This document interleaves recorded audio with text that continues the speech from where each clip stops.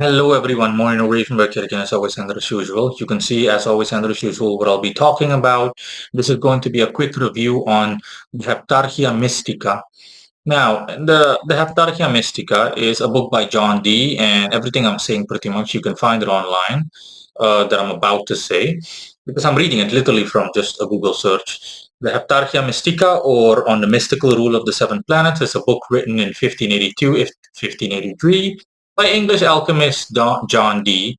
It's a guidebook for summoning angels under the guidance of the angel Uriel, and contains diagrams and formulae.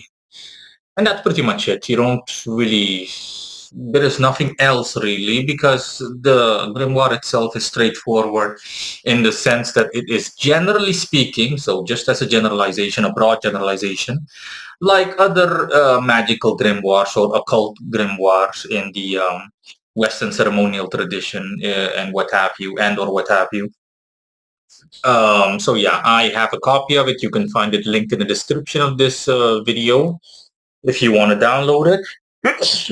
And you'll see for yourself, it simply contains prayers, or better said citation, and or better said citations, orations, officially dubbed, that simply contribute to the whole process of being able to summon the aforementioned entities. Now, I don't know if these entities are angels, but I do think so. Again, it wouldn't make sense otherwise, but it's not a black and white issue, so you can just take it at face value.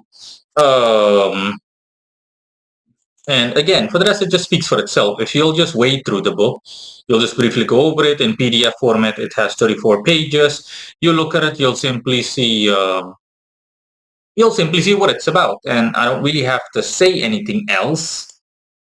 So it speaks for itself. So yeah, there is literally nothing else that even remotely comes to mind. Um, I will, at the very least, summon one or two entities from these in follow-up videos from this grimoire. If you're not careful, I might cover all of them. I'm not entirely sure. But at the very least, for hypothetically speaking, example's sake, I will cover one.